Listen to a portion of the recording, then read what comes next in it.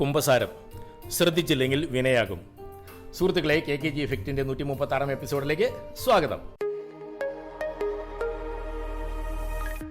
ഒരു സായം സന്ധ്യ. സ്ഥലം ഗ്രാമത്തിലെ പള്ളി അങ്കണം. ആളുകൾ തടിച്ചു കൂടിയിട്ടുണ്ട്. വികാരിയച്ഛൻ്റെ യാത്രയയപ്പാണ്. നാട്ടുവെളിച്ചം കുറഞ്ഞു തുടങ്ങി. സംഘാടകരിൽ പ്രമുഖൻ അച്ഛനോട് പറഞ്ഞു, മുഖ്യാതിഥി MLA ആണെന്ന് അറിയാമല്ലോ, വൈകാനാണ് സാധ്യത. നേരം ഇരുട്ടുന്നു.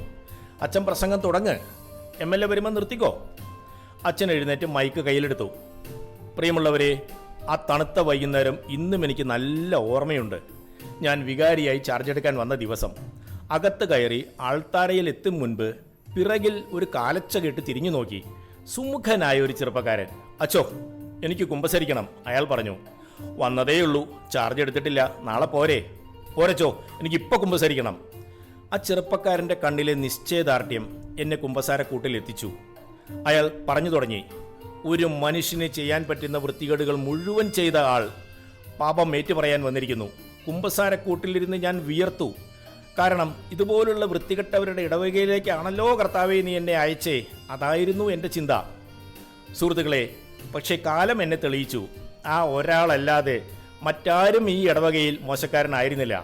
കഴിഞ്ഞ 5 വർഷവും നിങ്ങളുടെ അകമഴിഞ്ഞ സ്നേഹവും കരുതലും അനുഭവിച്ച ഞാൻ അങ്ങേയറ്റം കൃതാർത്ഥനാണ്. സംഘാടക പ്രമുഖൻ ചാടി എഴുന്നേറ്റു.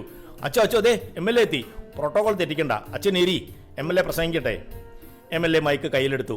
പ്രിയമുള്ള നാട്ടുകാരെ, ആ തണുത്ത വൈകുന്നേരം ഇപ്പോൾ എൻ്റെ ഓർമ്മയിൽ തെളിയുന്നു.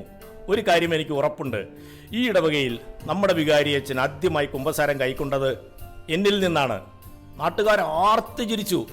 MLAക്ക് മാത്രം ഒന്നും മനസ്സിലായില്ല. ഗുണപാഠം. ഒരു യോഗത്തിലേക്കോ സദസ്സിലേക്കോ ഇട്ടയ്ക്ക് കയറി ചെല്ലുമ്പോൾ അതുവരെ അവിടെ എന്ത് നടന്നു എന്നറിഞ്ഞിട്ട് വേണം വായ തുറക്കാൻ. Bye from KKG.